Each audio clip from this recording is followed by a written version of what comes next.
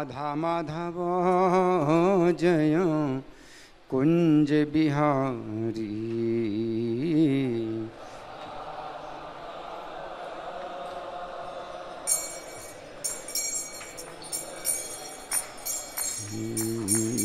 जय राधा माधव जय कुंज बिहारी। राधा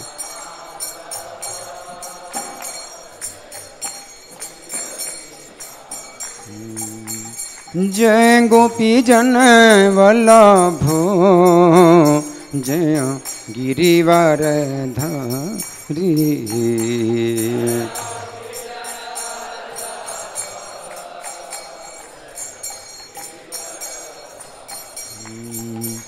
जय गोपी जन वल्लभो जय गिरिवर धारी।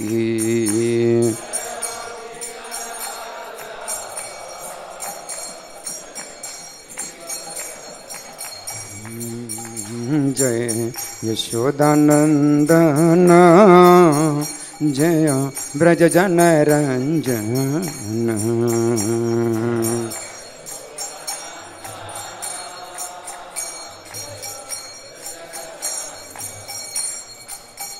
जय यशोदानंदन जय ब्रज जन रंजन।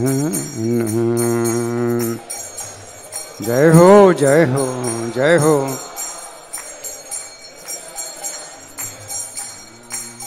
जय यमुना तीरा बनचारी जय कुंज बिहारी।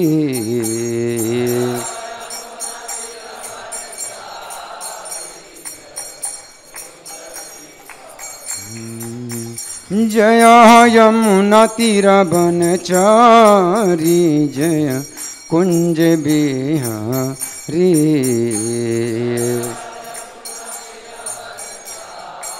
जय हो जय राधा माधव जय कुंज बिहारी।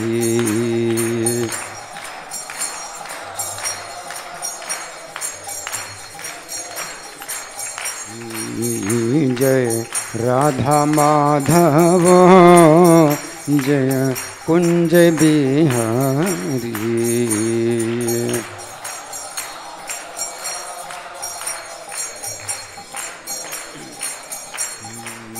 निताय गौर हरि बोल हरि बोल हरि बोल हरि बोल।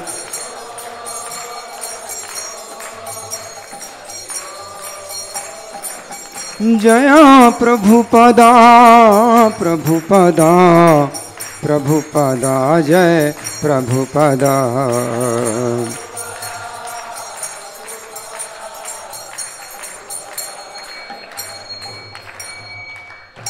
जय ओम विष्णुपाद परमहंस परिव्राजकाचार्य अष्टोत्तर श्री श्रीमद् his divine grace Abhay Charanaravinda Bhaktivedanta स्वामी श्रील प्रभुपाद की जय।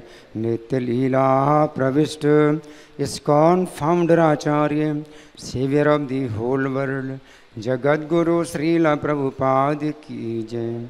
नामाचार्य हरिदास ठाकुर की जय। प्रेम से कहो श्री कृष्ण चैतन्य प्रभु नित्यानंद श्री अद्वैत गदाधर श्रीवासादि गौर भक्त वृंद की जय। श्री राधा पार्थ सारथी ललिता विशाखा गोप गोपिका श्याम कुंड राधा कुंड गिरि गोवर्धन की जय। श्री श्री गौरताय भगवान की जय। श्री श्री सीताराम लक्ष्मण हनुमान की जय। श्री श्री प्रहलाद नृसिंह देव की जय। समवेत भक्त वृंद की जय। अनंत कोटि वैष्णव वृंद की जय। इस्कॉन वर्तमानाचार्य वृंद की जय। श्री चंदन यात्रा महामहोत्सव की जय। गौर प्रेमानंदे All glories to Simple devotees, all glories to Simple devotees, all glories to Simple devotees, all glories to Sri Guru and Gauranga. Om Namo Bhagavate Vasudevaya. Om Namo Bhagavate Vasudevaya. Om Namo Bhagavate Vasudevaya.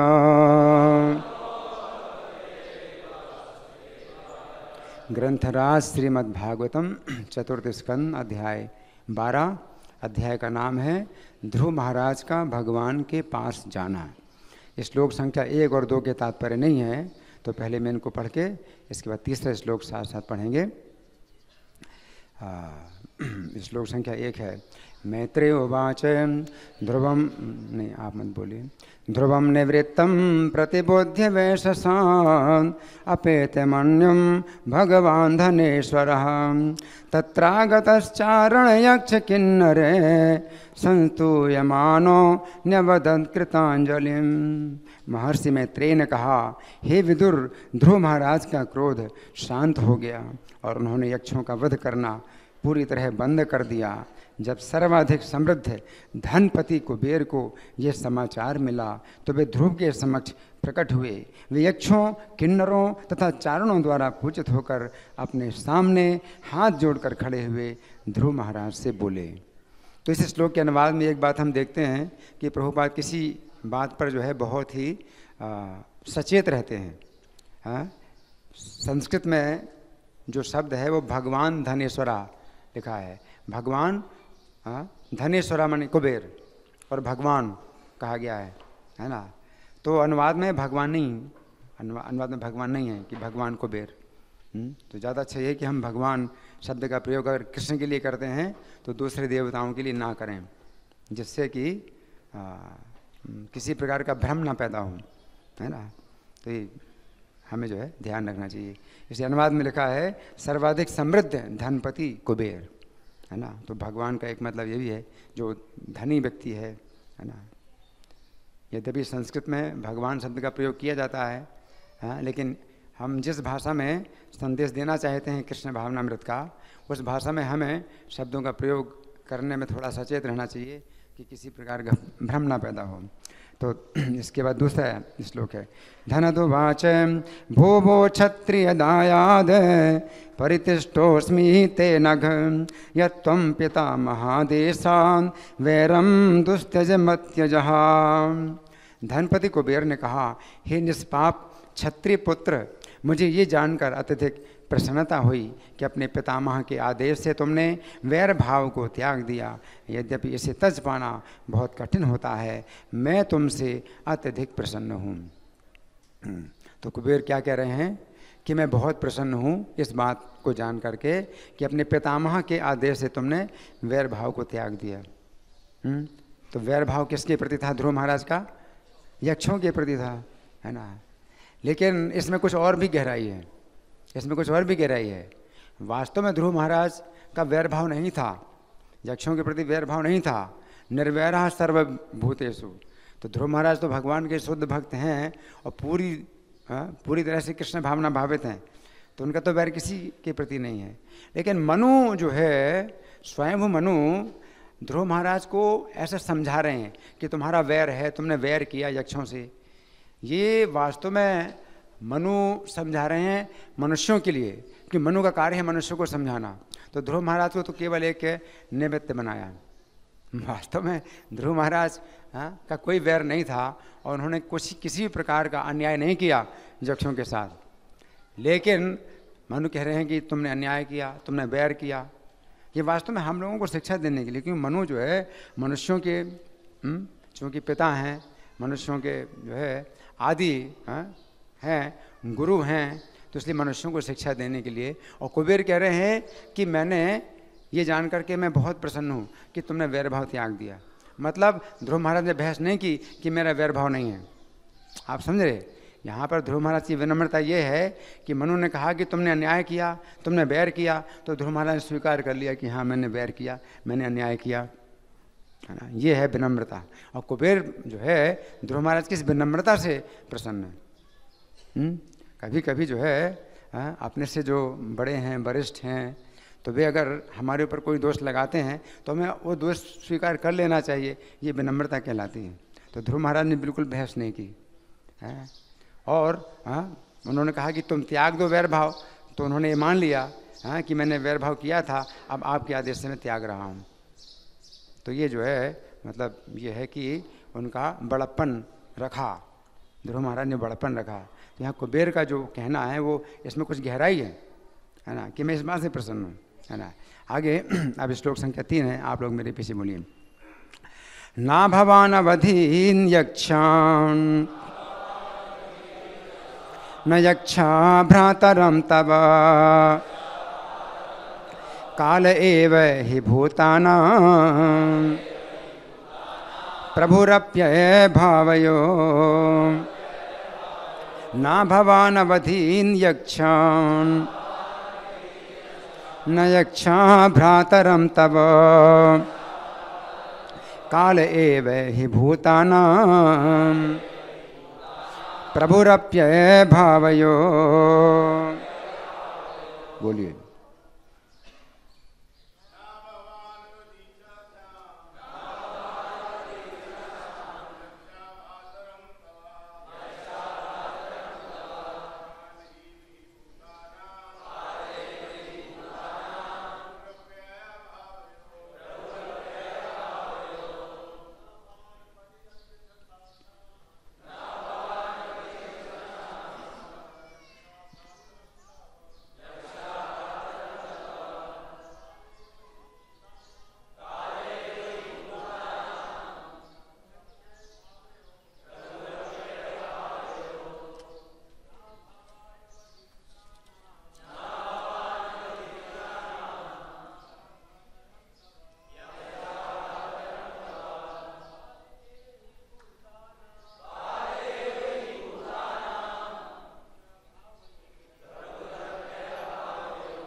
वैष्णव देवियाँ,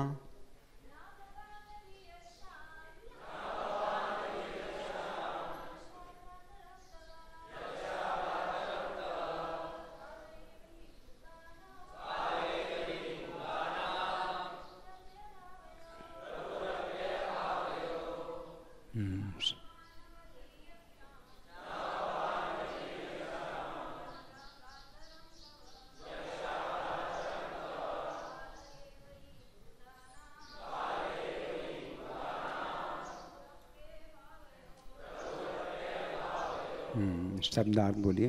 न नहीं भवान तुमने अवधीत मारा है यक्षान यक्षों को, न नहीं यक्षाः यक्षों ने, भ्रातरम भाई को, तवो तुम्हारे, कालः समय काल, एवो निश्चय ही क्योंकि भूतानाम जीवात्माओं के, प्रभु परमेश्वर, अप्यय भावयो प्रलय तथा सृजन के।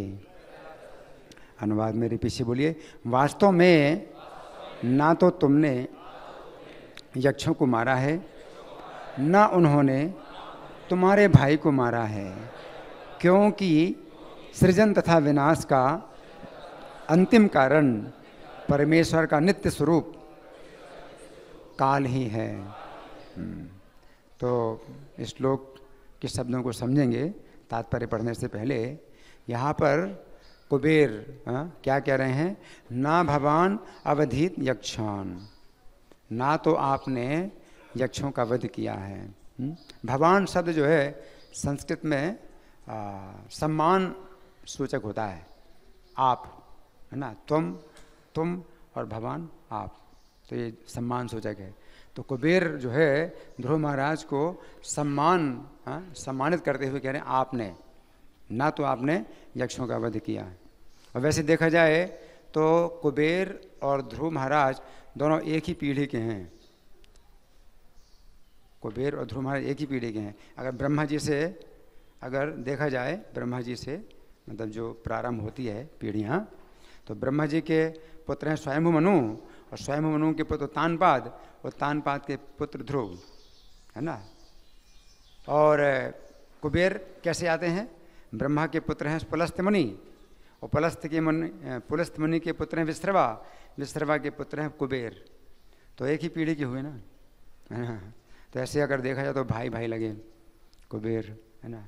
लेकिन कुबेर बहुत सम्मानित हैं, लोकपाल का उनको पद प्राप्त हुआ है, और ध्रुव महाराज पूरी पृथ्वी के राजा हैं, तो सम्मानित हैं कुबेर। और उम्र में भी हो सकता है, उम्र में कितना अंतर है ये तो कुछ पता नहीं है। तो कुबेर जो है ध्रुव महाराज का सम्मान कर रहे हैं। क्या कह रहे हैं? ना भगवान अवधीत यक्षान, कि आपने यक्षों का वध नहीं किया, न यक्षा भ्रातरम, तब न यक्षों ने आपके भाई का वध किया, है ना। वैसे तो ये जो घटना का जो क्रम है वो कैसे हुआ कि यक्षों ने इनके भाई का वध किया और ध्रुव महाराज ने यक्षों का वध किया, है ना। तो ये घटनाक्रम है ना। और ये था कि आपने वैर का त्याग कर दिया। आप ये वैर तो बड़ा मुश्किल है त्यागना। तो कुबेर जो है बता रहे हैं कि वैर का कोई कारण ही नहीं था, वास्तव में दुश्मनी का कोई कारण ही नहीं था, कि यक्षों ने तुम्हारे भाई का वध नहीं किया और ना तुमने यक्षों का वध किया। और ध्रुव महाराज इस बात को जानते हैं अच्छी प्रकार से, फिर भी अपने कर्तव्य को पूरा करने के ही लिए उन्होंने जो कुछ किया वो अपना कर्तव्य ही किया था। ध्रुव महाराज को ऐसा कुछ नहीं था, क्योंकि वे भी जो है मतलब पूर्णतया कृष्ण भावना भावित हैं। हर चीज़ में कृष्ण का हाथ देखते हैं, कृष्ण का नियंत्रण देखते हैं। तो ऐसा नहीं है। लेकिन कुबेर जो है ध्रुव महाराज से जो चर्चा कर रहे हैं ये अपनी ही बातें हैं, अपनी ही बातें हैं। आपस में जो चर्चा करते हैं तो अपने अनुभव की बातें ही हैं, क्योंकि भक्त लोग जो है हमेशा इसी प्रकार की चर्चाएं करते हैं, है ना। तो कुबेर जो है कोई ऐसा नहीं है कि ध्रुव महाराज को शिक्षा दे रहे हैं, बल्कि ध्रुव महाराज से जो बातें कर रहे हैं वो उनके और अपने अनुभव की बातें कर रहे हैं, है ना। तो क्या कह रहे हैं? नयक्षा भ्रातरम तब काल एव ही भूतानाम, काल ही क्या है? प्रभु अप्यय भाव्यो, प्रभु का मतलब समर्थ, प्रभु का मतलब समर्थ है, काल ही समर्थ है। अप्यय भाव्यो, अप्यय का मतलब है मृत्यु, और भाव्यो का मतलब जन्म। जन्म और मृत्यु का दोनों का जो कारण है वो काल ही है। अब देखिए, जन्म का कारण तो काल है, क्योंकि जन्म आप किसी का निश्चित नहीं कर सकते, वो तो काल के कारण ही निश्चित होता है ना। लेकिन मृत्यु लगता है कि नहीं, मृत्यु तो जो है कोई मार दे तो हम मर जाएंगे, ये मार देगा तो हम मर जाएंगे, इसने मारा तो हम मर गए, ये अगर इसने नहीं मारा होता तो हम नहीं मरते, कोई, है ना। कोई नहीं मरता, इसने इसको मारा इसलिए मर गया, अगर ये नहीं मारता तो ये नहीं मरता। तो मृत्यु के लिए तो लगता है कि भाई कोई और भी कारण हो सकता है, लेकिन जन्म का तो कुछ नहीं है, जन्म तो जो है ना। लेकिन वास्तव में कृष्ण भावना भावित व्यक्ति जो है इस प्रकार से भी सोचता है।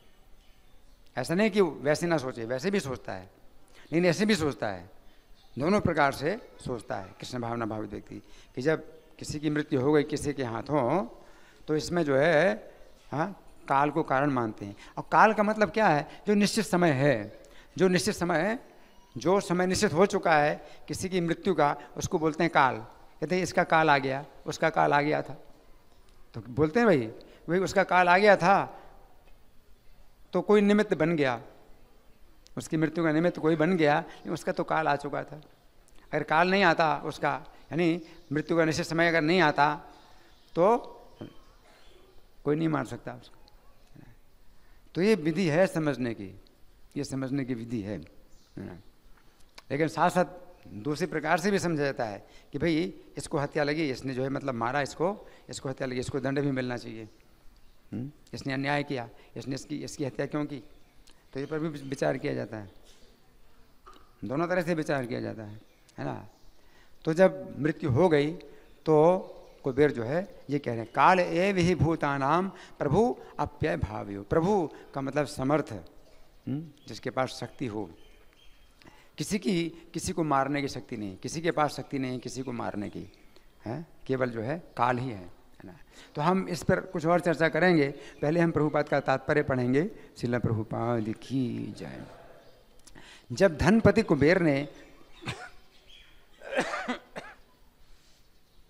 ध्रुव महाराज को पाप मुक्त कहकर संबोधित किया होगा, प्रभुपाद जी का बड़ा गहरा तात्पर्य है, क्योंकि सबसे पहले इस श्लोक में, मतलब श्लोक संख्या 2, लेकिन कुबेर ने जो श्लोक बोले हैं उनमें सबसे पहला श्लोक था, दूसरा श्लोक इस अध्याय का।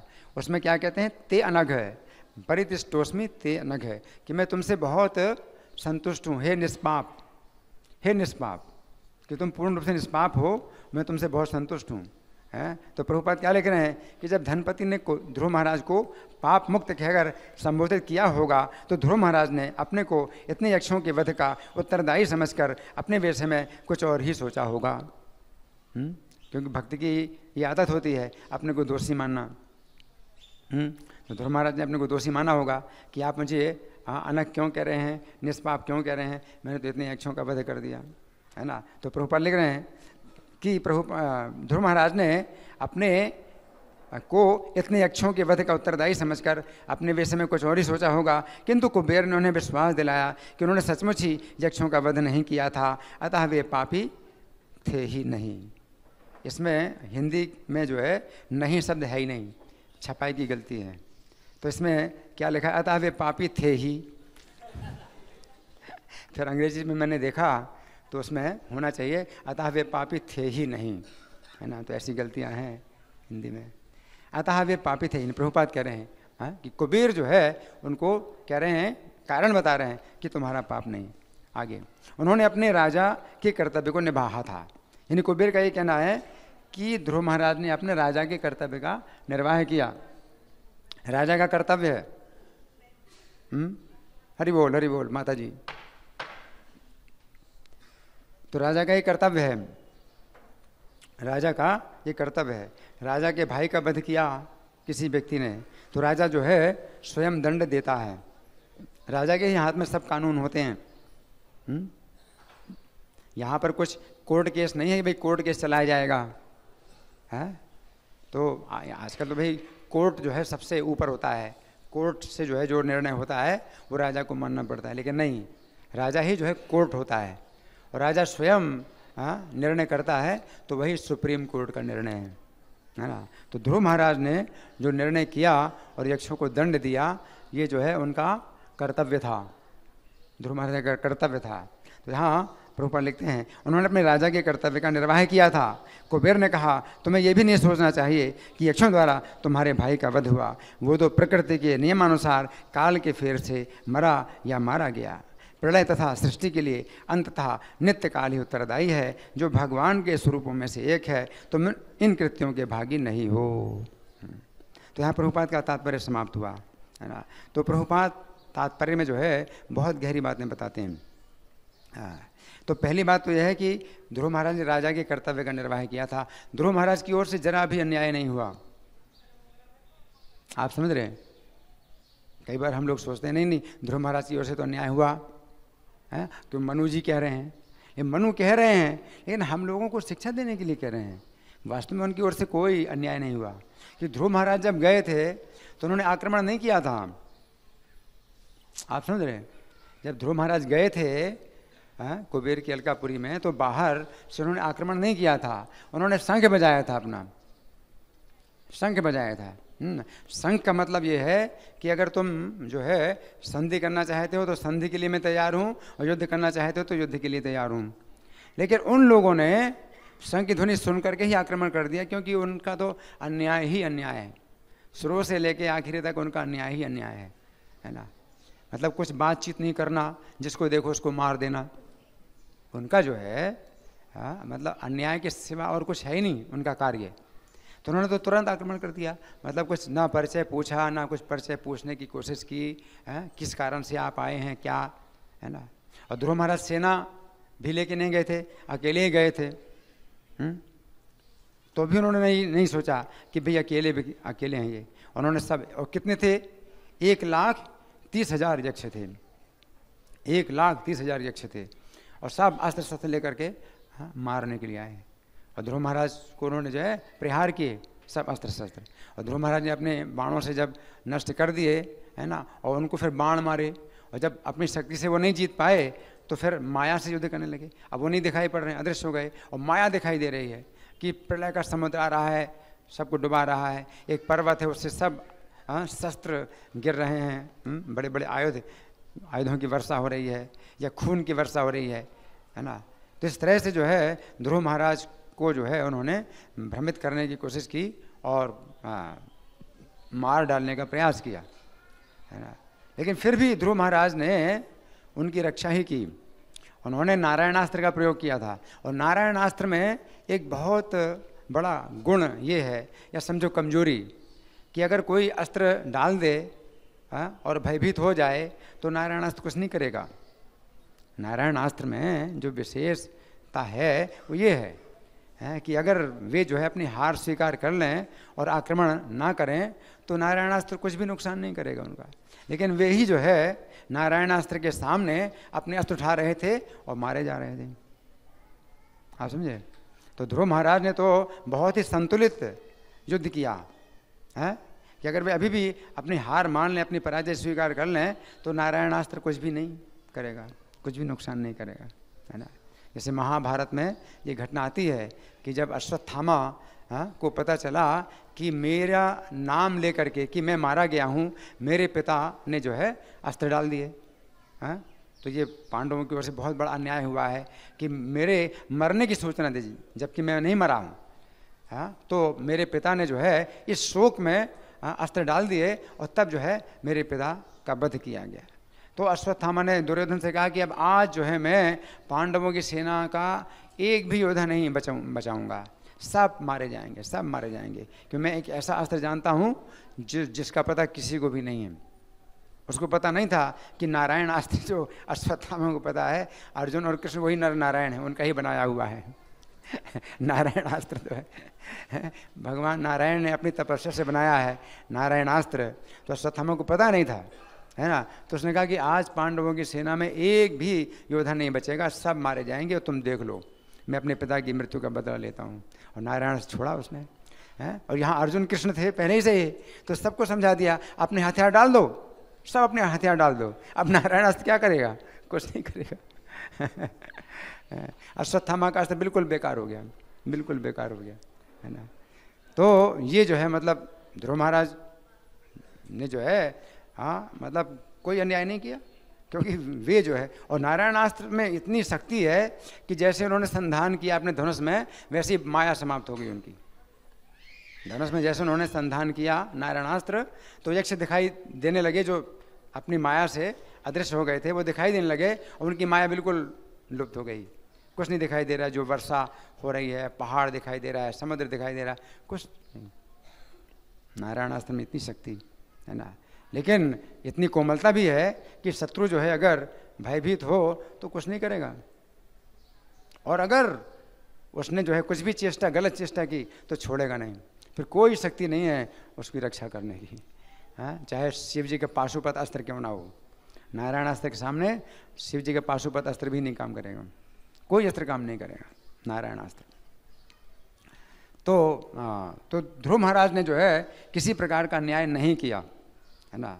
तो वे जब मारे गए तो अपनी गलती से ही मारे गए, है ना। अगर वो हार स्वीकार कर लें तो कहाँ उनको कष्ट है, कहाँ उनका अनिष्ट है ना। तो यहाँ पर जो है प्रभुपाद लिखते हैं कि उन्होंने अपने राजा के कर्तव्य का निर्वाह किया है। और फिर प्रभुपाद तात्पर्य के अंत में क्या लिखते हैं कि प्रलय तथा सृष्टि के लिए अंततः नित्य काल ही उत्तरदायी है, जो भगवान के स्वरूपों में से एक है। काल, काल की चर्चा जो कुबेर कर रहे हैं तो इस तरह से काल की चर्चा नहीं कर रहे हैं जैसे असुर लोग करते हैं। असुर लोगों के पास भी ज्ञान होता है जिसके द्वारा वे सुख दुख में समान हो जाते हैं, वो कृष्ण भावना भावित नहीं होते हैं, लेकिन तो भी उनके पास कुछ ज्ञान होता है जिसके द्वारा वे सुख दुख में समान होते हैं उस ज्ञान के द्वारा। तो वो ज्ञान क्या है, काल का। काल को ही वो सर्वोच्च मानते हैं और सब कुछ काल के द्वारा होता है। जैसे कि जरासंध जो कृष्ण के द्वारा जब पराजित हुआ तो बहुत निराश हुआ और तपस्या के लिए वन में जाना चाहता था। तो मंत्रियों ने समझाया कि राजन आप जो है शोक क्यों करते, सब काल के द्वारा होता है, कि कृष्ण में तो शक्ति है नहीं, बिल्कुल निर्बल है, लेकिन और तो आप इतने बलवान हैं, जीत लिया तो काल के द्वारा हुआ है, आगे कभी काल जब आपके अनुकूल होगा तो आप उनको जीत लेंगे, है ना, तो कृष्ण को भी आप मार सकते हैं। तो ये तो काल का है, काल का खेल है। तो असुर लोग भी जो है काल को मानते हैं कि भाई काल सर्वोपरि है, लेकिन वे नहीं मानते कि काल के काल हैं कृष्ण, हैं काल के महाकाल कृष्ण हैं, है ना, तो वे नहीं मानते। लेकिन यहाँ कुबेर जो है जब काल की बात कर रहे हैं तो इस प्रकार से नहीं बात कर रहे हैं काल की, है कि काल ऐसा कोई चीज़ है जिसका कोई हाथ पैर नहीं है, सिर नहीं है, ऐसा नहीं है। क्योंकि आगे चल कर के इस श्लोक में जो है वो कहते हैं कि भगवंतम अधोक्षजम, तुम जो है भगवान अधोक्षज का भजन करो। तो काल शब्द का प्रयोग करके कुबेर फिर जो है भगवान की चर्चा बताते हैं। तो यहाँ पर काल शब्द अगर भक्त लोग काल शब्द का प्रयोग करते हैं तो वो काल को क्या मानते हैं, परमेश्वर का नित्य स्वरूप काल। इसलिए प्रभुपाद अनुवाद में क्या लिखते हैं, परमेश्वर का नित्य स्वरूप काल, है ना। जहाँ जरासंध काल का शब्द का प्रयोग करता है, शिशुपाल काल शब्द का प्रयोग करते हैं, तो वहाँ पर ये अर्थ नहीं होता उनके काल का जब वे काल शब्द का प्रयोग करते हैं। लेकिन जब भक्त लोग काल शब्द का प्रयोग करते हैं तो वहाँ पर काल शब्द का मतलब क्या होता है, भगवान की काल शक्ति या भगवान का काल स्वरूप।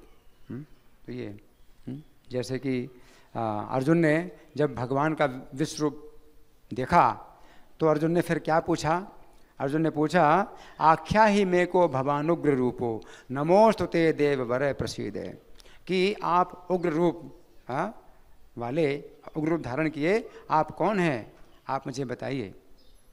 नमोस्तुते देव वर प्रसीद, तो आप कोई बहुत बड़े देवता हैं, मैं आपको नमस्कार करता हूँ, आप प्रसन्न होइए। विज्ञातुम इच्छामि भवन्तमाद्यम, तो आज मैं आपको जानना चाहता हूँ।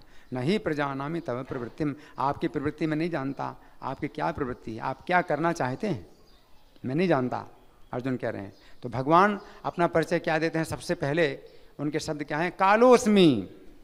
भगवान क्या कहते हैं, कालोस्मि, कि मैं काल हूँ, है ना। तो जब भगवान काल कहते हैं तो वो काल, उनका काल निराकार काल नहीं है कि भाई निराकार काल है बस, आप उसको देख नहीं सकते, उससे बात नहीं कर सकते, और बस खाली उसका काम है मारना मारना मारना, सबको मारना, बस और कुछ नहीं। तो असुरों का जो है काल ऐसा होता है, इन भक्तों का काल ऐसा नहीं होता है। भक्तों का काल क्या है, कृष्ण है, नरसिंह भगवान है काल, है ना। तो जिनकी हम पूजा कर सकते हैं, जिनकी शरण ले सकते हैं और जिनसे हम सुरक्षा प्राप्त करते हैं, तो भक्त लोग जो है उनसे सुरक्षा प्राप्त करते हैं। यहाँ असुर लोग उस काल की शरण नहीं ले सकते, वो तो बस काल को मानते हैं, भाई काल है, अपने हिसाब से काम करता है और हमें जो है उसी प्रकार से रहना है जैसा हो रहा है काल के द्वारा। कुछ नहीं किया जा सकता, इस विषय में कुछ नहीं किया जा सकता, काल के द्वारा हो रहा है। असुरों का जो काल है इस प्रकार से, इस प्रकार के ज्ञान के द्वारा वे अपने को जो है समान कर लेते हैं या कुछ शांति प्राप्त कर लेते हैं। जैसे हिरण्यकशिपु भी यही कहता है कि काल नित्य है लेकिन विष्णु अनित्य है, विष्णु को मारा जा सकता है। हिरण्यकशिपु का यही विचार था कि विष्णु को मारा जा सकता है, विष्णु का धाम अनित्य है, ब्रह्मा का धाम नित्य है और मैं ब्रह्मा का पद प्राप्त करूँगा। काल नित्य है, आत्मा नित्य है, लेकिन विष्णु अनित्य हैं।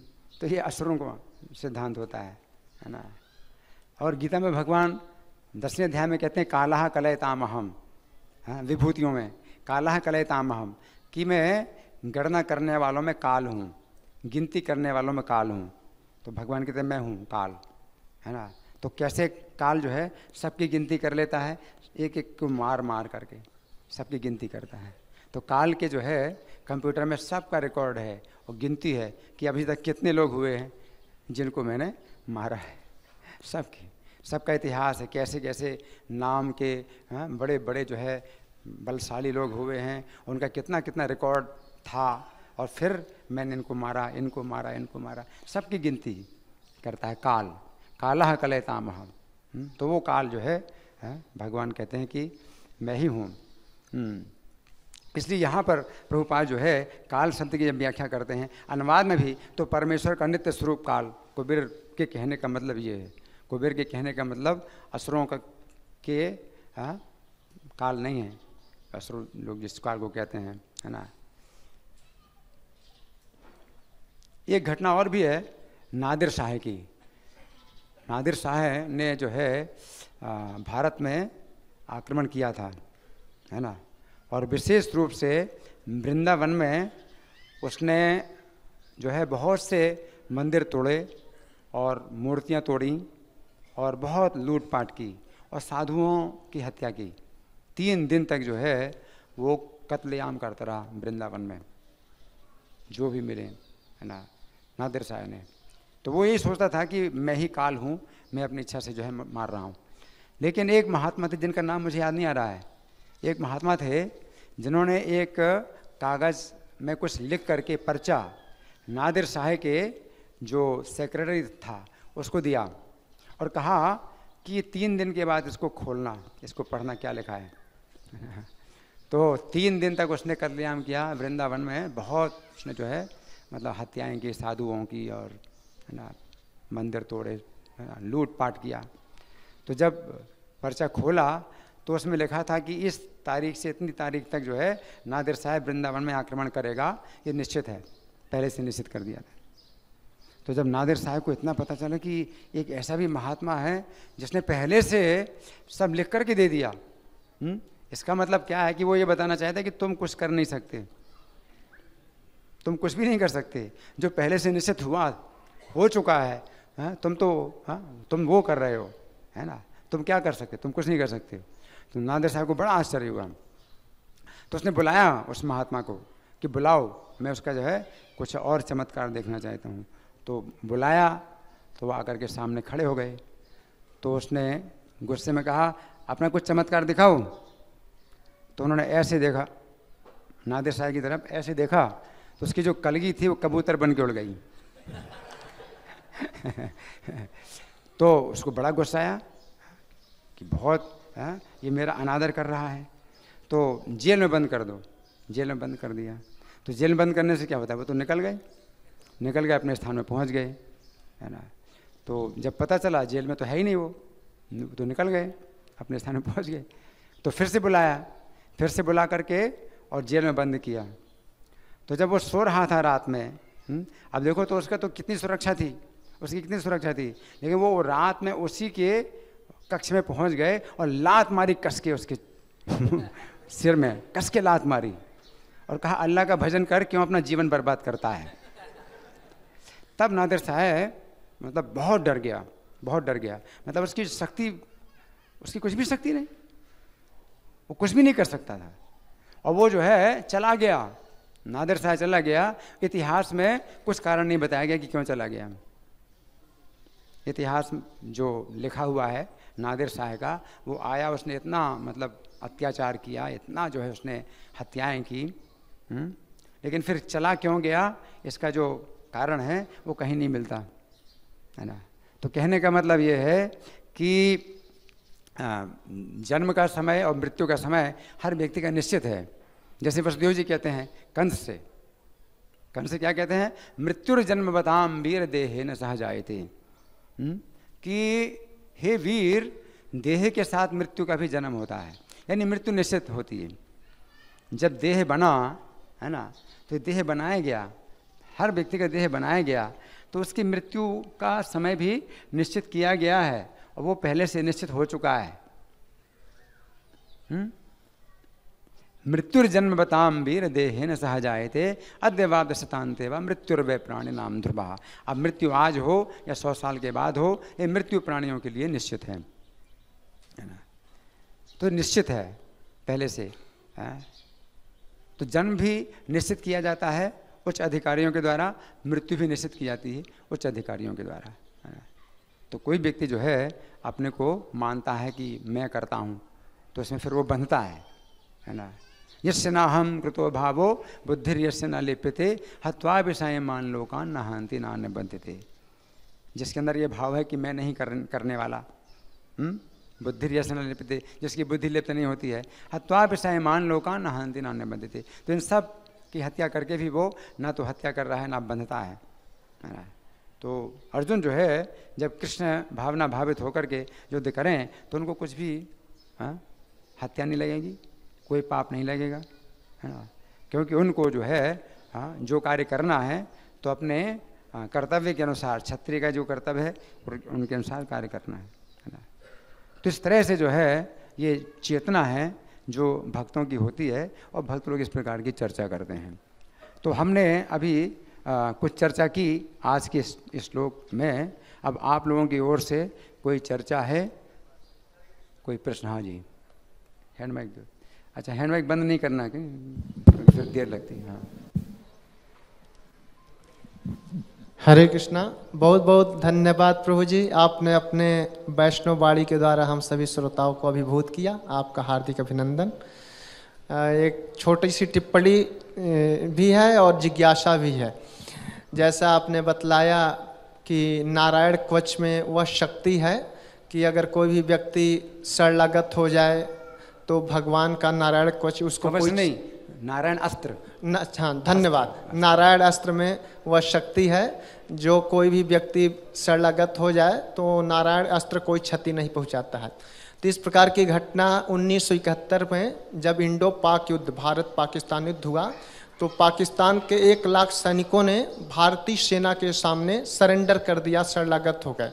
और भारतीय सैनिकों ने जो है वैष्णव धर्म और भगवान श्री कृष्ण की शिक्षाओं पर चलते हुए उनको हृदय से, गले से लगा लिया और एक को भी क्षति नहीं पहुंचाई। पूरा वैष्णव धर्म का भारतीय सेना ने 1971 में पालन किया। तो यह हमारी वैष्णव संस्कृति और परंपरा है। और जैसा आपने नादिर शाह का उदाहरण दिया, इस प्रकार की क्रूरता किया, तो आज जो है हमारे यहाँ है सत्यमेव जयते, ट्रुथ ऑलवेज विंस।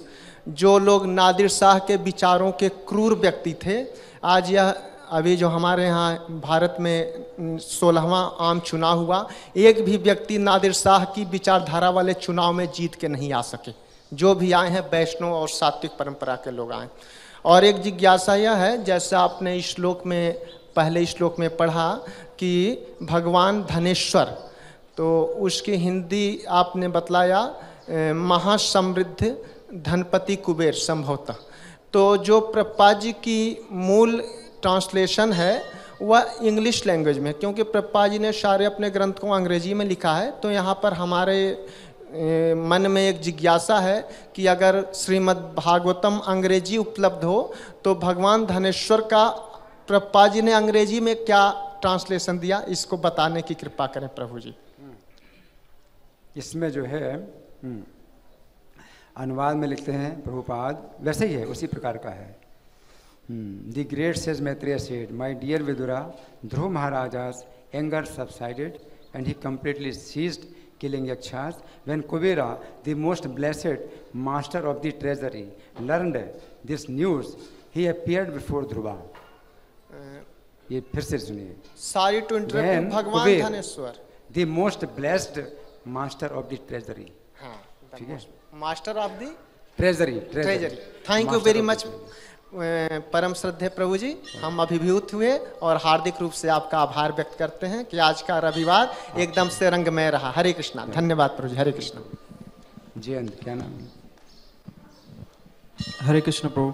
जैसे मैंने सुना था कि जो जैसे आपने कहा ना कि जब कोई जन्म लेता है उसका एक मृत्यु का टाइम जब फिक्स होता है, तो मैंने कहीं से सुना था कि कुछ सांस दिया जाता है उसको, कि उसका जो है जो सांस जो है वो फिक्स होता है।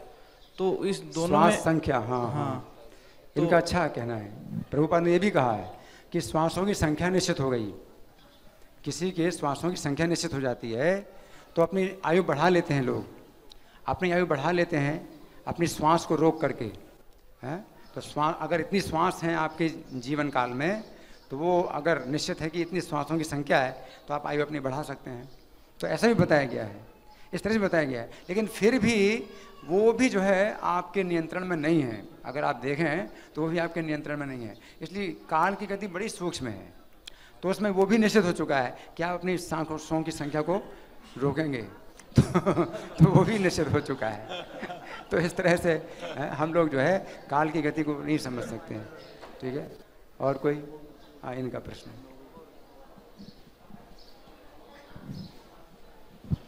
हरे कृष्ण प्रभु जी। प्रभु जी, जैसे काल के ऊपर ही निर्धारित है हमारे मृत्यु भी, हर किसी के। काल निश्चित करते हैं कि इस व्यक्ति का मृत्यु है और वो उसका भी टाइम सर्कमस्टेंस सब फिक्स्ड है। लेकिन अकाल मृत्यु का भी वर्णन आता है। ये अकाल मृत्यु फिर ये तो शब्द से ही पता चलता है कि काल के द्वारा नहीं हो रहा है, काल से पहले हो गया। इसके बारे में बताइए। अकाल मृत्यु, अच्छा प्रश्न है। अकाल मृत्यु का क्या मतलब है? अकाल मृत्यु का मतलब ये होता है जब कोई व्यक्ति अपनी आत्महत्या करे, है ना, तो अकाल मृत्यु ये नहीं होती जैसे कोई दुर्घटना हो, है, तो कभी कहते हैं भाई अकाल मृत्यु हो गई, किसी दुर्घटना में अगर मृत्यु हुई है या पहले से कुछ सूचना नहीं मिली और मृत्यु हो गई किसी की, तो कहते हैं अकाल मृत्यु हुई। अकाल मृत्यु ये नहीं होती है। अकाल मृत्यु का मतलब क्या है कि जब कोई व्यक्ति आत्महत्या करता है, अपनी हत्या करता है, तो वो अकाल मृत्यु कहलाती है। तो कुछ व्यक्ति के पास अपना कुछ स्वतंत्रता होती है जिसका कि कोई व्यक्ति दुरुपयोग करे, फिर भी इसमें भी जो है वो हमेशा स्वतंत्र नहीं होता कि अपनी हत्या कर ही लेगा। कोई व्यक्ति अगर अपनी हत्या करता है लेकिन अभी उसका कुछ कर्म किसी दूसरे व्यक्ति के साथ जुड़ा हुआ है, तो अपनी आत्महत्या नहीं कर पाएगा। वो आत्महत्या वो नहीं कर सकता। वो कोशिश भी करता है अपनी आत्महत्या करने की, तो नहीं कर सकता, क्योंकि उसके साथ में कुछ और भी लोगों के कर्म अगर जुड़े हुए हैं, कुछ संबंध जुड़े हुए हैं। तो लेकिन कभी वो आत्महत्या करने में सफल हो जाता है तो उसका एक और नया कर्म बन जाता है जिसको उसको दंड भोगना पड़ता है उसका, है ना। तो इस तरह से इस मनुष्य के जीवन में व्यक्ति के पास कुछ स्वतंत्रता है जिसका वो दुरुपयोग करता है और नए कर्म बनाता है। आप समझ रहे हैं? कुछ कर्म तो ऐसे हैं जो कि निश्चित हैं, जो आपको करना है, या कुछ फल निश्चित हैं जो आपको भोगना है। लेकिन साथ साथ कुछ ऐसी बातें हैं जो आपके हाथ में हैं और अगर आप उसका लाभ उठाएं तो अपना जो है अच्छा कर्म बना सकते हैं या कर्म बंधन से छूट सकते हैं, और नहीं तो और कर्म बंधन में बंध सकते हैं। ठीक है, और कोई प्रश्न किसी का? आपका प्रश्न है।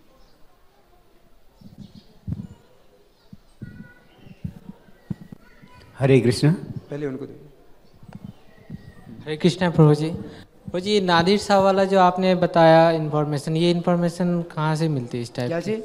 नादिर शाह जो चले गए, मतलब इस नादिर शाह है? हाँ हाँ, ये मतलब अच्छा ये कहीं से? हाँ, तो अच्छा प्रश्न है। नादिर शाह की ये जो घटना है मैंने कहाँ से बताई, ये जो है एक पुस्तक थी, पुस्तक इसको कहेंगे पुस्तक श्रृंखला।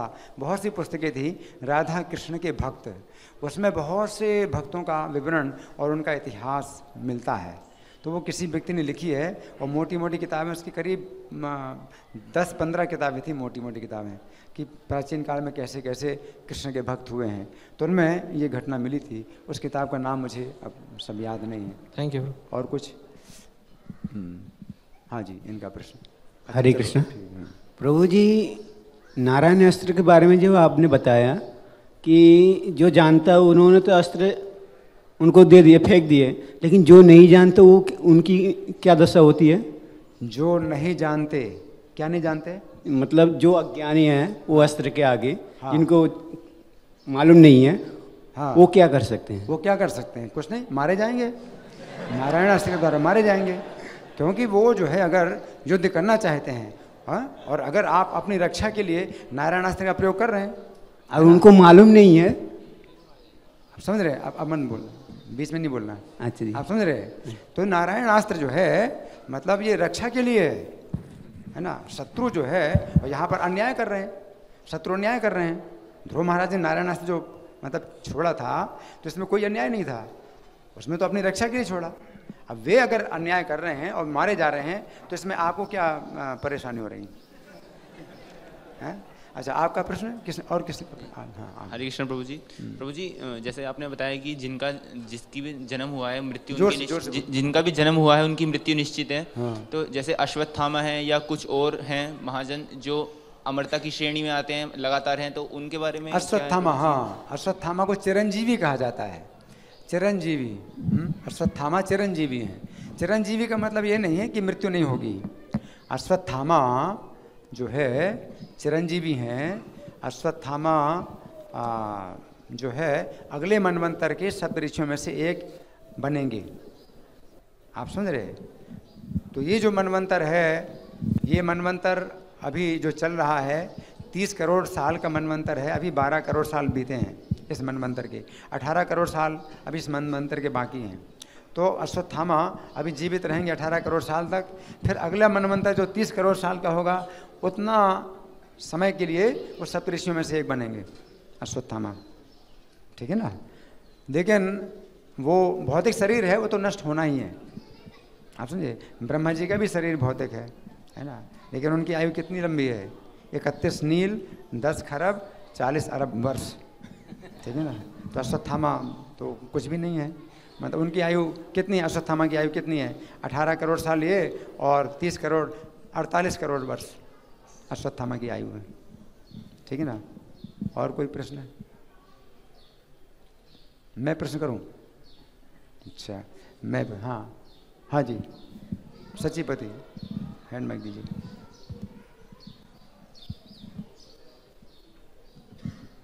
हरे कृष्णा प्रभु जी। एक बार ऐसा सुना था कि जो भगवत गीता पढ़ता है उसकी आयु लंबी हो जाती है, तो ऐसा कुछ है क्या? हाँ, ऐसा है कि ऐसे बहुत से कारण होते हैं जिससे आयु बढ़ती है। बहुत से कारण होते हैं। जैसे गीता में भगवान कहते हैं भोजन भी सात्विक भोजन, आयु सत्व बल आरोग्य सुख प्रीति विवर्धना। आयु वर्धक भोजन सात्विक है।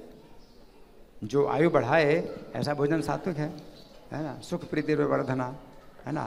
तो बहुत सी दवाइयाँ होती हैं जो आयु बढ़ाने वाली होती हैं, और हम लोग जो है मतलब कोशिश भी करते हैं कि आयु बढ़े ताकि अधिक से अधिक समय मिले कृष्ण भावनामृत का अभ्यास करने का, है ना? तो ये जो है मतलब सात्विकता में जो है हर व्यक्ति सोचता है कि अगर आयु लंबी हो तो हमें ज़्यादा अवसर मिलेगा कृष्ण की भक्ति करने का, इस जीवन काल में ही मतलब पूरी हो जाए उतनी अच्छा है ना? तो ये सब है ना? लेकिन साथ साथ ये भी है कि अब काल की गति बड़ी सूक्ष्म है कि वो गीता का भी अध्ययन नहीं कर सकता अगर भगवान ना चाहें। लेकिन अगर कोई व्यक्ति मतलब भगवान से कृपा मांगे तो उसको जो है अवसर मिल सकता है, और इस तरह से मृत्यु का समय बदल भी सकता है। जैसे प्रभुपाद ने कहा कि मेरी मृत्यु होनी थी लेकिन तुम लोगों की प्रार्थना से मेरी मृत्यु टल गई। तो कई बार ऐसा होता है कि जो मृत्यु का समय निश्चित था वो बदल जाता है। जैसे तमाल कृष्ण गोस्वामी के लिए लिखा था, कहीं पर ऐसा सुना गया कि किसी ज्योतिषी ने बताया या कहीं उन्होंने जो कहीं लिखा हुआ उनको मिला था कि उनकी जो मृत्यु है वो दुर्घटना के द्वारा होगी, किसी दुर्घटना के द्वारा होगी। तो प्रभुपाद ने कहा था तमाल कृष्ण गोस्वामी से कि अगर तुम चाहो तो कृष्ण से प्रार्थना करो तो मृत्यु का वो जो स्थिति है बदल सकती है, कि मतलब पूर्व सूचना के द्वारा मृत्यु हो। तो अक्सर लोग जो है चाहते हैं कि भाई पूर्व सूचना मिल जाए मृत्यु की तो वो ज़्यादा अच्छा है। लेकिन तमाल कृष्ण गोस्वामी ने क्या कहा कि नहीं, मुझे कोई ज़रूरत नहीं है, क्योंकि वे इतने तैयार थे कि कभी भी मृत्यु हो जाए, है ना? तो ऐसे भी भक्त होते हैं जिनकी कृष्ण भक्ति इतनी मतलब पूरी हो चुकी है कि वे किसी भी समय मृत्यु आए तो उन्हें कोई मतलब परेशानी नहीं है, उनकी पूरी तैयारी है। जीवो वा मरो वा, ऐसे भक्तों के लिए आशीर्वाद जो दिया जाता है वो ये दिया जाता है कि चाहे जियो चाहे मरो कोई अंतर नहीं, जीने मरने में कोई अंतर नहीं। ठीक है? हाँ जी। हरे कृष्णा प्रभु जी। एक प्रश्न है प्रभु जी, महात्मा गांधी जी फ्रीडम फाइटर थे, लेकिन मरने से पहले उन्होंने हे राम का उच्चारण किया था, तो क्या वो भगवत धाम गए होंगे? इनका प्रश्न है कि महात्मा गांधी फ्रीडम फाइटर। पहली बात तो ये है कि महात्मा शब्द का जो प्रयोग है वो गीता में जैसे लोगों के लिए किया तो वो अलग बात है। प्रभुपाद कहते हैं कि गांधी जी के लिए महात्मा शब्द का जो प्रयोग है वो उचित नहीं है, क्योंकि जो मतलब गांधी जी थे वो क्या चाहते थे कि भारतवासी स्वतंत्र हो जाएं, और स्वतंत्र होकर के क्या करें, इंद्रिय तृप्ति करें और नरक में जाएं। आप समझे, स्वतंत्रता मिले। हाँ, गांधी जी क्या चाहते थे कि स्वतंत्र भारतवासी स्वतंत्र हो जाएं, है ना, और इंद्रिय तृप्ति करें, कोई मतलब जीवन का लक्ष्य नहीं उन्होंने बताया है। तो ये जो है मतलब महात्मा का कार्य नहीं है। महात्मा का कार्य है सततम कीर्तयन्तु माम, सदा कृष्ण का ही गुणगान करना। तो प्रभुपाद को कहा जा सकता है महात्मा, कि प्रभुपाद ने केवल कृष्ण का ही संदेश दिया, अपना कोई संदेश नहीं दिया, है ना। तो पहली बात तो ये है। फिर दूसरी बात और भी प्रश्न उठता है कि उन्होंने अंत समय में हे राम बोला, गांधी जी ने अंत समय में हे राम बोला, हाँ नहीं बोला, तो उनके मुख से नहीं निकला, हे राम नहीं निकला, है ना। तो पहली बात तो यह है कि जब उनको जो है मालूम हो गया था कि उनकी हत्या होनी है, तो भी प्रार्थना स्थल पर गए। तो प्रभुपाद ने यहाँ पर यह भी बताया कि ये जीव की जो है 4 प्रकार की गलतियों में से एक गलती है, गलती करता है जीव, है ना, गलती करता है।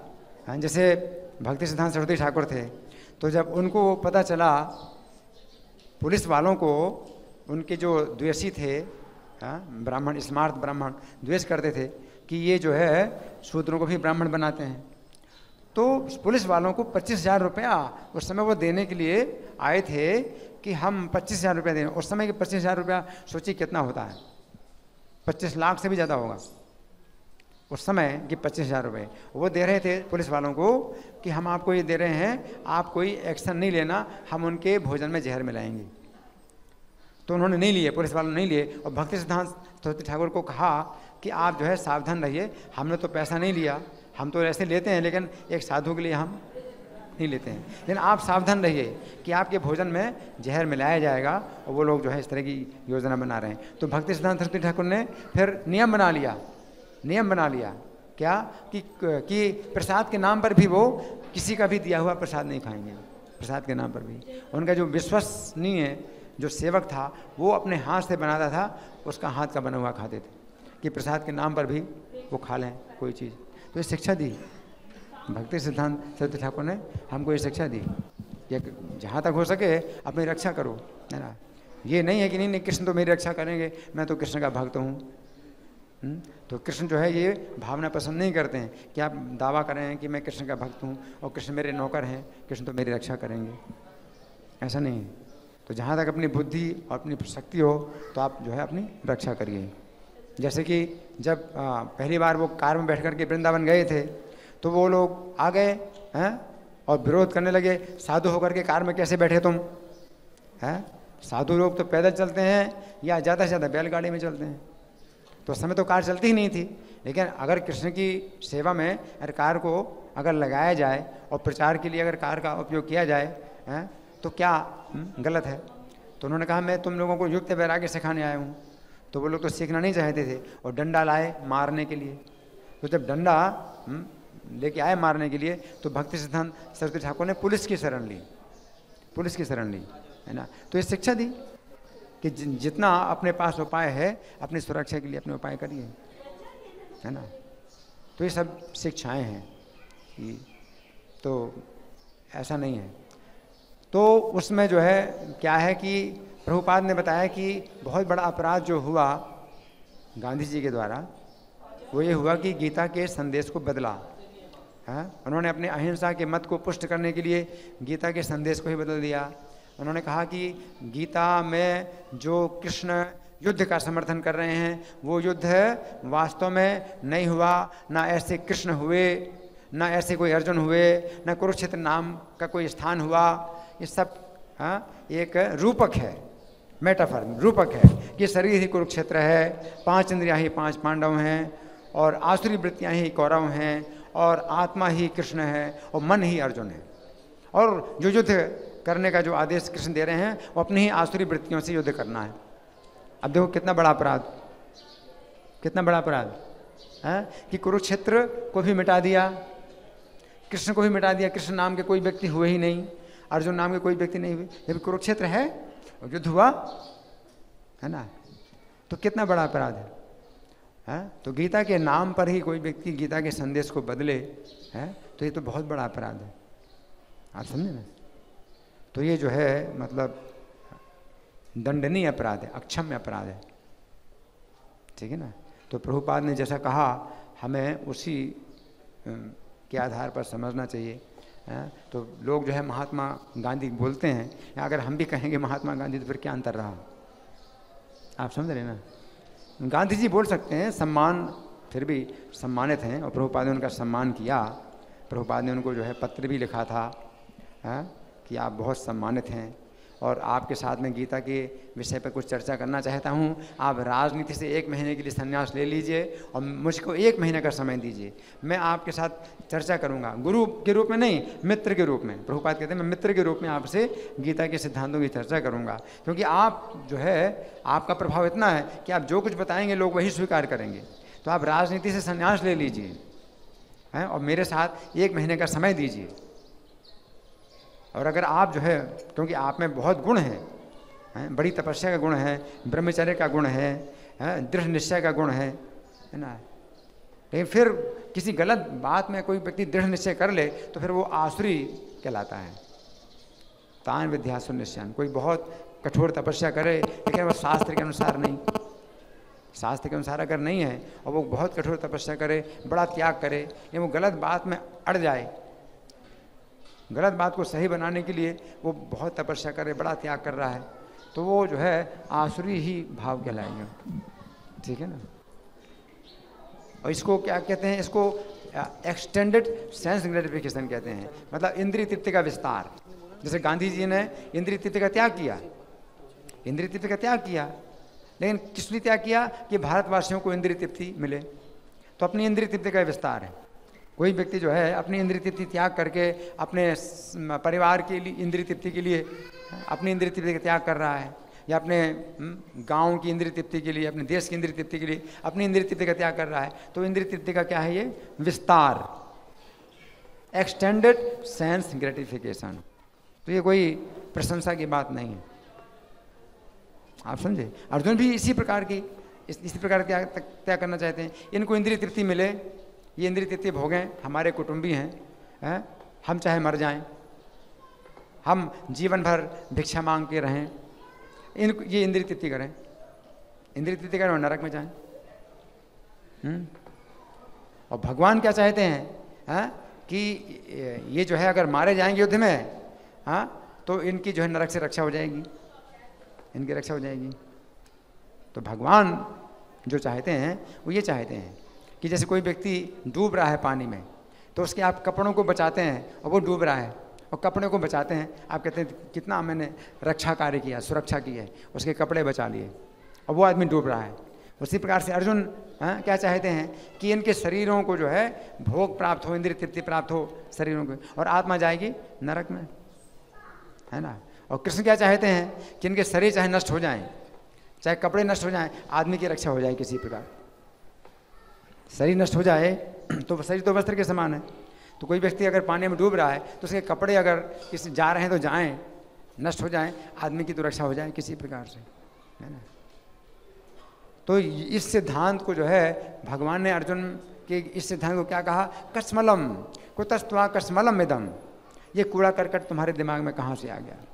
अर्जुन सोचते हैं कि कितने अच्छे विचार हैं। कृष्ण कहें कि हाँ अर्जुन, तुम्हारे इतने अच्छे विचार हैं, मैंने तो नहीं सोचा था। हाँ बिल्कुल ठीक है, युद्ध मत करूं। और कृष्ण जो है एकदम साफ जो है उसको जो काट देते हैं, ये कूड़ा करकट तुम्हारे दिमाग में कहाँ से आ गया? कूड़ा करकट है ये।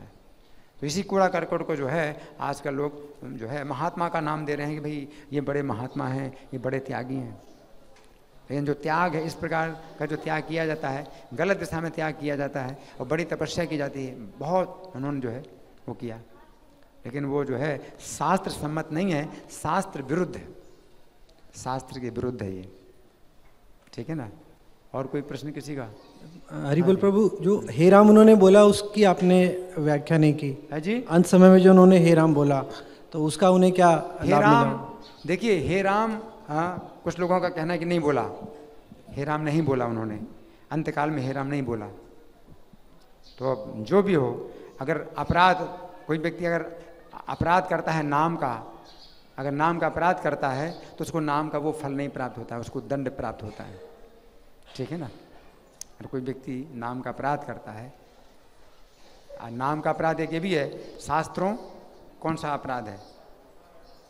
शास्त्रों, वैदिक शास्त्रों के प्रमाणों का खंडन करना नाम का कितने नंबर का अपराध है? 6वां, वैदिक शास्त्रों अथवा प्रमाणों का खंडन करना तो नाम का अपराध है। आप समझ रहे हैं? तो नाम का अपराध, इसलिए हम लोग 10 अपराध बोलते हैं कि हम अपराध से बचें। हमसे अनजाने में भी अगर अपराध होता है तो वो अपराध का जो है विचार किया जाता है, अपराध अनजाने में भी ना हो, ठीक है ना।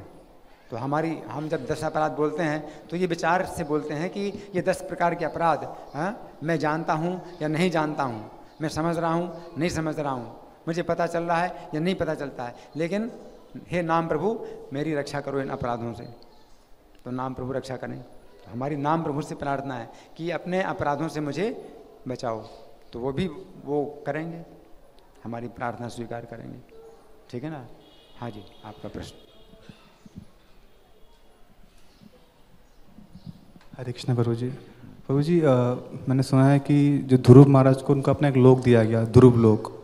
तो कुछ भक्तों का कहना है कि कुछ लोगों का कहना है कि जो ध्रुव तारा हमें दिखता है वही उनका। इनका अच्छा प्रश्न है। जो ध्रुव तारा है तो ध्रुव लोक ही है, वास्तव में ये ध्रुव लोक ही है, उत्तर दिशा में दिखाई पड़ता है। और ध्रुव तारा जो है अपने स्थान में रहता है, बाकी जितने तारे हैं सब स्थान बदलते हैं, जितने भी आकाश में ग्रह नक्षत्र हैं सब अपने स्थान बदलते हैं, लेकिन ध्रुव तारा जो है अपना स्थान नहीं बदलता। मेरा प्रश्न जो ये है कि जो ब्रह्मा का जो लोक है और आदि लोक है वो भौतिक लोक है जो हम दिखाई नहीं पड़ते, तो ध्रुव लोक आध्यात्मिक लोक होते हुए हमें इसमें कैसे? दोनों बातें हैं, इसमें 2 प्रकार की बातें प्रभुपाद बताते हैं। एक बात तो ये बताते हैं कि ये वैकुंठ है, ये वैकुंठ है, ध्रुव महाराज के लिए जो है भगवान ने एक नया वैकुंठ बनाया, तो ये वैकुंठ है। फिर दूसरी बात प्रभुपाद ये भी बताते हैं कि ब्रह्मा जी का जब लोक समाप्त होता है तो जो है इस लोक के भी जो प्राणी हैं वो वैकुंठ में जाते हैं, ब्रह्मा जी के साथ वैकुंठ में जाते हैं। तो जो भी हो, लेकिन मतलब वो स्थिति आध्यात्मिक है, स्थिति आध्यात्मिक ही है। वहाँ ध्रुव लोक में कोई व्यक्ति अगर जाता है तो ध्रुव महाराज की संगति से वो शुद्ध भक्त बनेगा। अब अगर वो जो है ब्रह्मा जी की आयु के बाद अगर वैकुंठ में जाना है तो वो भी ठीक है, और अगर वही वैकुंठ है नहीं जाना है, वो अविनाशी है, तो ये भी ठीक है। तो कोई अंतर नहीं पड़ता, ऐसे भक्तों के लिए कोई अंतर नहीं पड़ता, क्योंकि उसमें अगर वो ब्रह्मा जी की आयु के बाद वैकुंठ में जाएंगे तो उसमें भी कोई कष्ट की बात नहीं है। आप समझ रहे हैं? तो जब कोई व्यक्ति शरीर के बंधन से मुक्त हो जाता है तो अगर भौतिक शरीर भी हो उसका, तो भी एक प्रकार से आध्यात्मिक स्थिति मानी जाती है कि उसका शरीर छूटता भी है तो उसे कोई कष्ट नहीं होता। गुणातीतः स उच्यते। तो शरीर में जो है रहते हुए भी अगर तीनों गुणों से वो अतीत है तो वो बंधा हुआ नहीं है शरीर में। तो भौतिक शरीर में भी वो जो है भगवान क्या कहते हैं, अमृतम अश्नुते, है ना, जन्म मृत्यु जरा दुःखैर विमुक्तो अमृतम अश्नुते। तो वो अमृत का आस्वादन करता है, तो उससे कोई अंतर नहीं पड़ता, जो भी हो, ठीक है। धन्यवाद। ग्रंथराज श्रीमद् भागवतम की जय, जगत गुरु शिल प्रभुपाद की जय, श्री श्री राधा पार्थ सारथी ललिता विशाखा की जय, श्री श्री गौरनिताय भगवान की जय, श्री श्री सीताराम लक्ष्मण हनुमान की जय, श्री श्री प्रहलाद नरसिंह देव की जय।